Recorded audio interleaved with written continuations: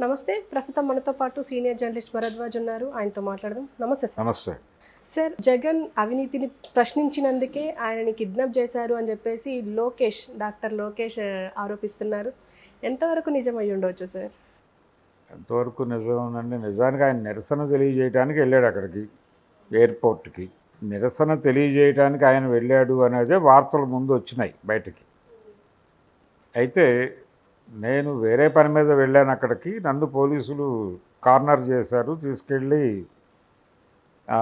స్టేషన్లో పెట్టి, గన్నవరం స్టేషన్లో పెట్టి ఆ సిఐ కొంచెం ఓవర్ యాక్షన్ చేశాడు, నా మీద దాడి చేశారు. దాదాపు 20 మంది మీద పడి కొట్టారు.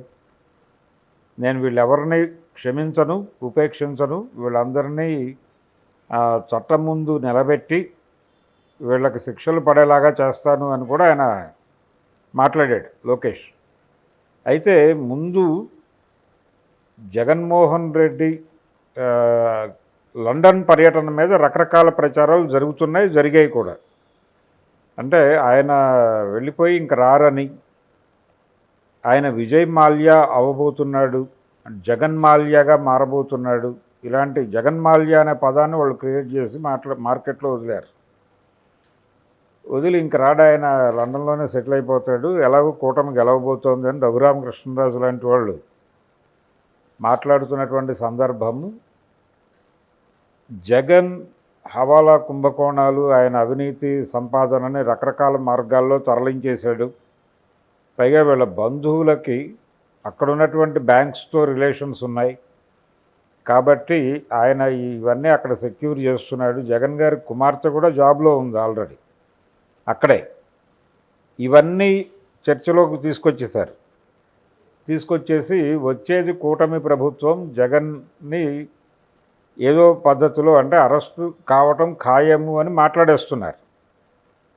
ఈ ఆర్గ్యుమెంట్స్ అన్నిట్లోనూ డాక్టర్ లోకేష్ కూడా ప్రమేయం ఉంది. ఆయన చాలా స్పష్టంగా జగన్ దీని మీద మాట్లాడాడు, గతంలో మాట్లాడాడు.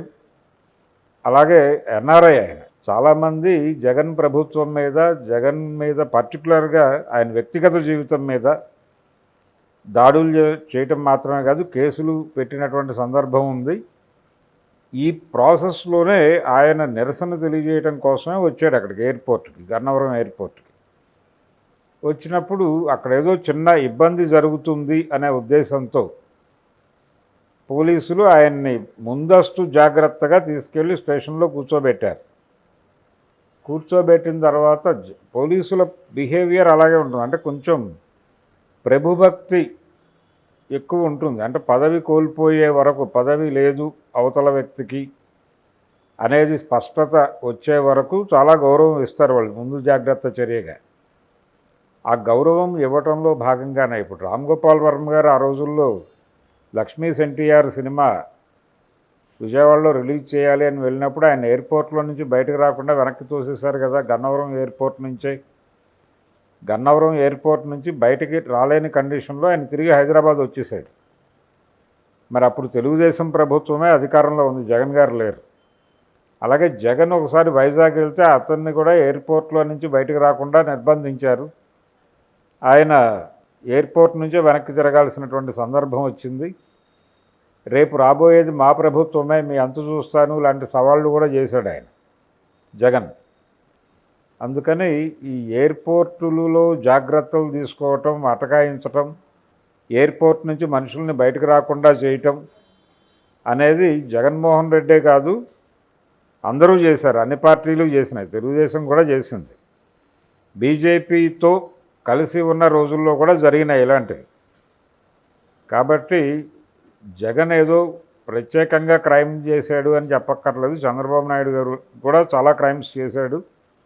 ఆయన అరెస్ట్ అయినటువంటి స్కిల్ స్కామ్లో చాలా స్పష్టంగా దోషి. ఆయన డబ్బులు తరలించిన మాట చాలా స్పష్టంగా వాస్తవం. దాన్ని ఆ సామాజిక వర్గానికి చెందినటువంటి, తెలుగుదేశం పార్టీ సామాజిక వర్గానికి చెందినటువంటి వాళ్ళందరూ కూడా ఖండించే ప్రయత్నం చేశారు. అందులో ఈయన కూడా, లోకేష్ కూడా ఉన్నాడు, డాక్టర్ లోకేష్. డాక్టర్ జయప్రకాష్ నారాయణ గారు చాలా స్పష్టంగా ఆ కేసులో చంద్రబాబు నాయుడు గారికి ఏ ప్రమేయము లేదు, అసలు ఆ స్కామ్ మీద ఇలా కేసులు పెట్టడమే చాలా దుర్మార్గం అన్న పద్ధతిలో వారు కూడా వ్యాఖ్యానాలు చేశారు చంద్రబాబు కేసు వ్యవహారంలో. స్కిల్ స్కామ్ అంటున్నారు కదా దాన్ని.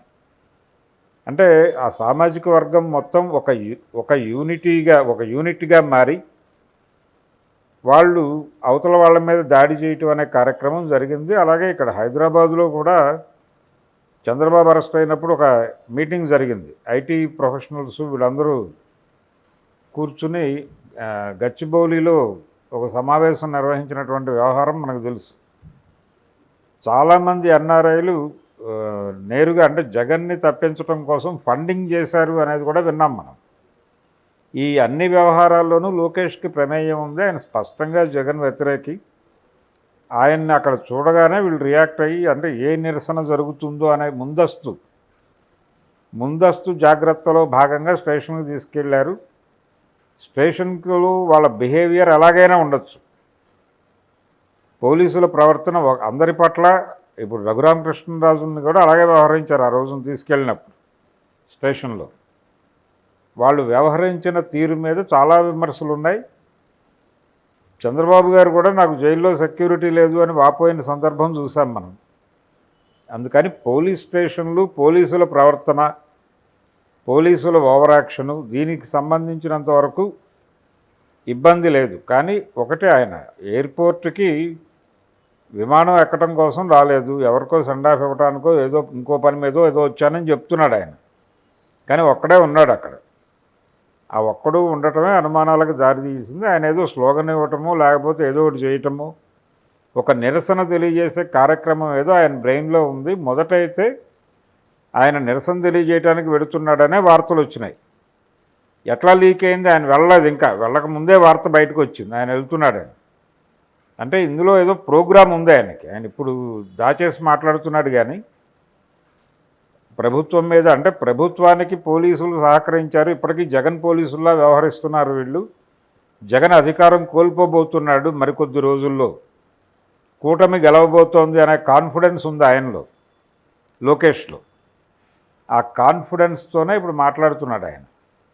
ఎవరు గెలుస్తారు ఎవరు ఓడిపోతారు అనేది అంత ఈజీగా చెప్పే పరిస్థితి లేదు ఏపీలో. ఎవరికి వచ్చినా అంటే ఇద్దరికీ కాన్ఫిడెన్స్ లేదు. చంద్రబాబుకి కాన్ఫిడెన్స్ లేదు, జగన్మోహన్ రెడ్డికి కాన్ఫిడెన్స్ లేదు. ఒక గందరగోళపు రాజకీయ వాతావరణం ఉంది అక్కడ. ఈ వాతావరణంలోనే పోలీసులు ఎందుకైనా మంచిదని కొంత ప్రో జగన్ వ్యవహరించే పద్ధతిలో వెళ్ళారు. అక్కడ ఎయిర్పోర్ట్లో ఇతను ఏదైనా గొడవ చేసే ఛాన్స్ ఉందని తీసుకెళ్లారు తప్ప ఇతని మీద ఏదో వ్యక్తిగతమైన కక్షలో మరొకటో లేదు. రేపు పొద్దున ఒకవేళ కూటమి గెలిస్తే వీళ్ళు సారీ చెప్పు కూడా వస్తారు. ఎటువంటి ఇబ్బంది లేకుండా, ఎటువంటి సిగ్గు లేకుండా పోలీసులు ఇలా వ్యవహరించిన సందర్భాలు గతంలో కూడా అనేకం ఉన్నాయి. అందుకని లోకేష్ చేస్తున్నటువంటి ఆరోపణలు, డాక్టర్ లోకేష్ చేస్తున్నటువంటి ఆరోపణల్లో తనని తాను పెంచుకునే ప్రయత్నం చేస్తున్నట్టుగా కనిపిస్తుంది తప్ప తనని తాను పెంచుకుంటూ అవతల వాళ్ళ మీద దాడి చేసేటువంటి ప్రయత్నమే కనిపిస్తోంది ఆయన టోటల్గా ఆయన స్టేట్మెంట్స్ అన్నిట్లోనూ. అందుకని ఆయన మీద సింపథెటిక్గాను మరొక విధంగానో ఆలోచించాల్సినటువంటి అవసరం లేదు. ఆయన చాలా స్పష్టంగా ఒక ప్రోగ్రామ్తోనే వెళ్ళాడు ఎయిర్పోర్ట్కి. ఆయన ఏమి ఊరికనే ఆషామాషిగా వెళ్ళిన సందర్భం అయితే లేదనేది నా personal opinion. Okay sir, thank you.